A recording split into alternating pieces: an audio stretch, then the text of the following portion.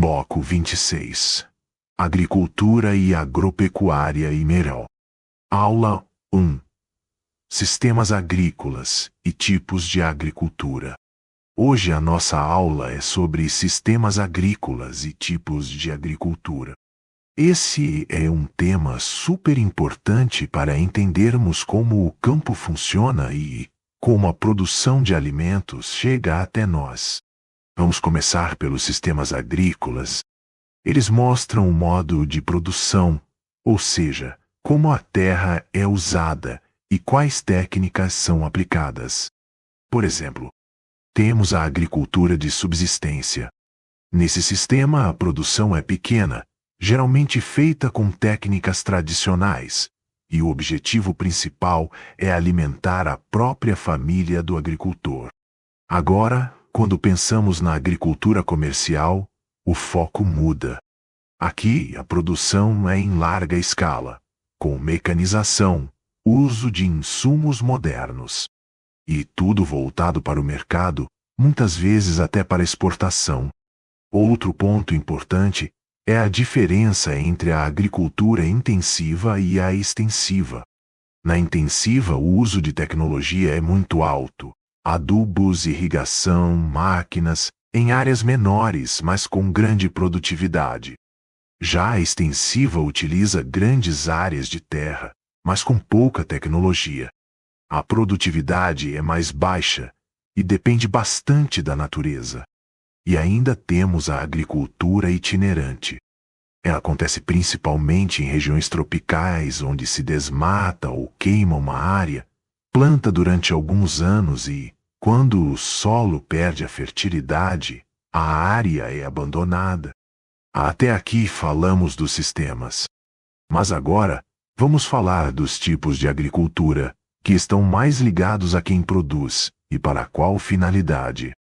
Um exemplo bem conhecido é a agricultura familiar. Aqui, a produção é feita por pequenos agricultores, muitas vezes junto com a família. Ela pode ser para consumo próprio ou para venda em mercados locais.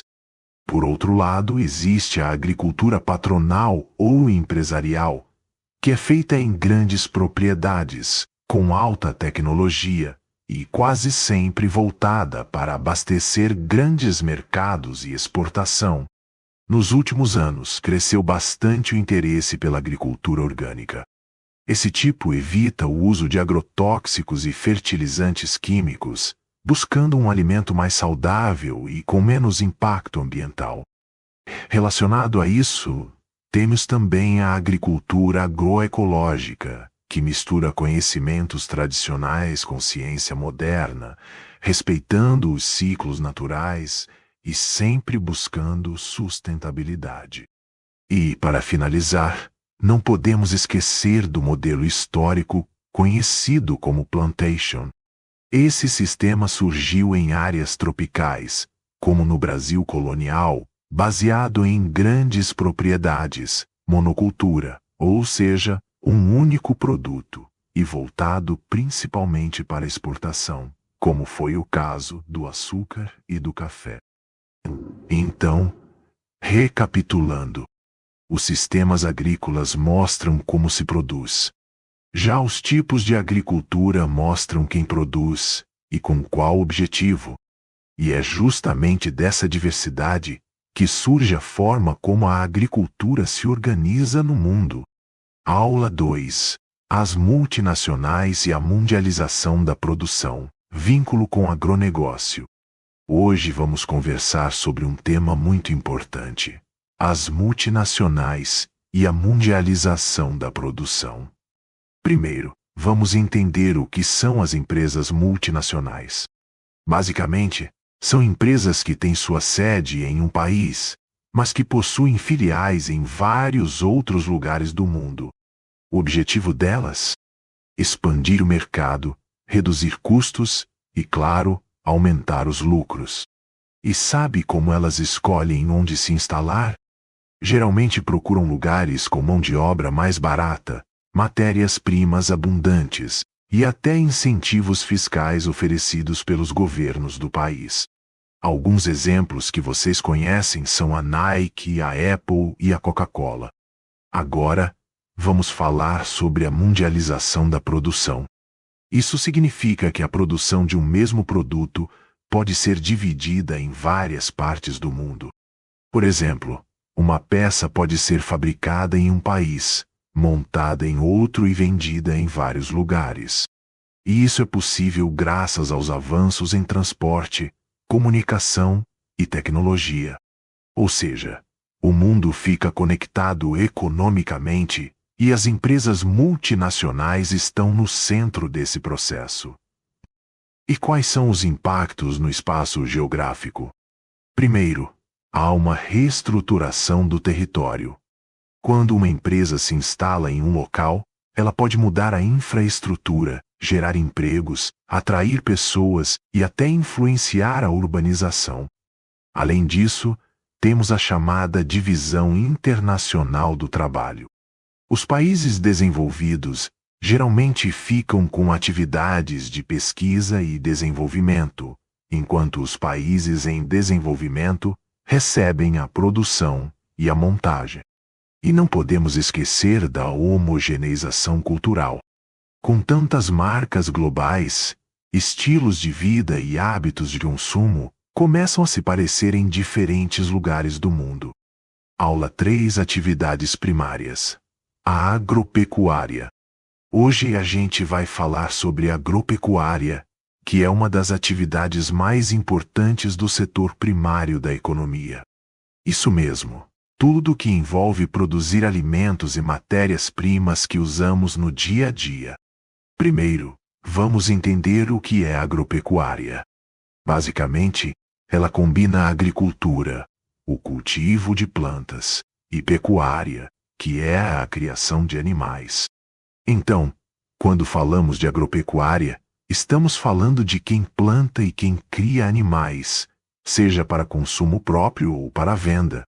Agora, vamos falar sobre algumas características da agropecuária.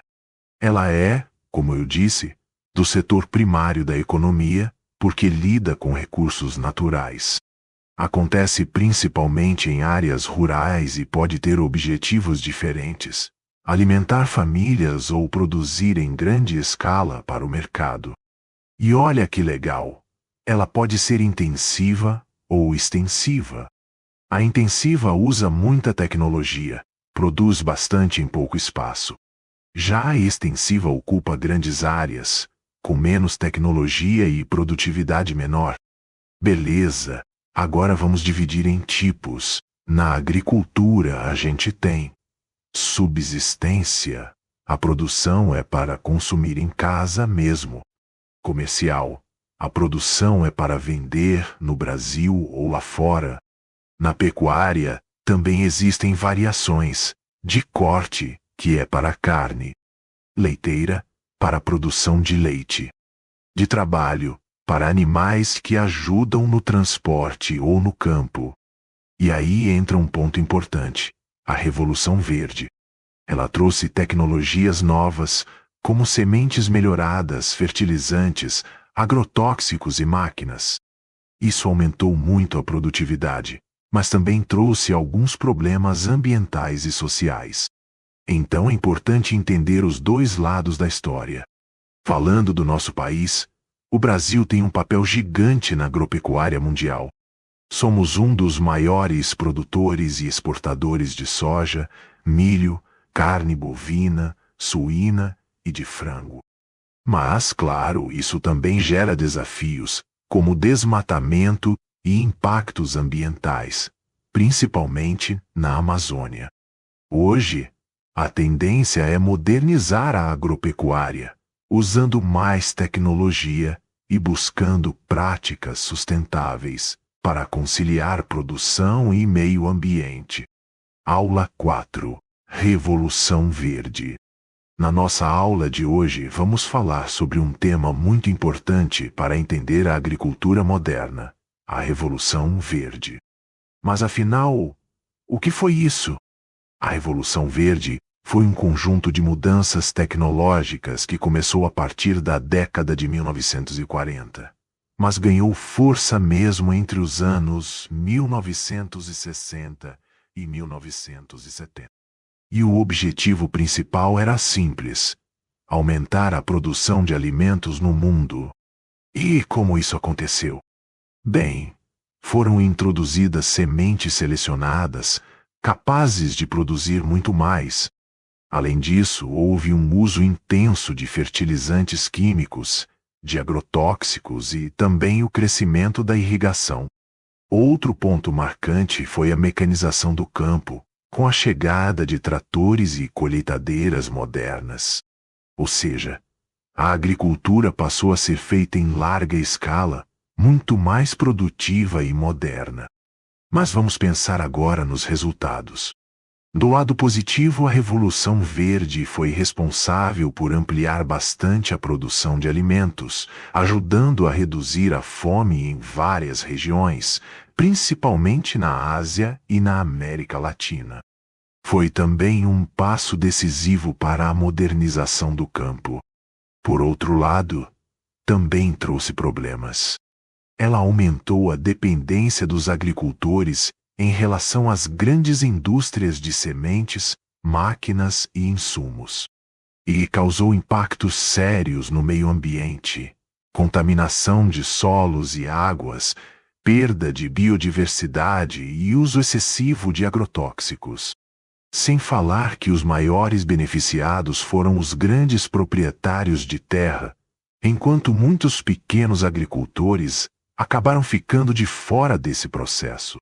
Então, se a gente resumir, a Revolução Verde foi um movimento que transformou a agricultura mundial. Garantiu mais produção de alimentos, é verdade, mas também trouxe desafios sociais e ambientais que ainda hoje precisamos enfrentar.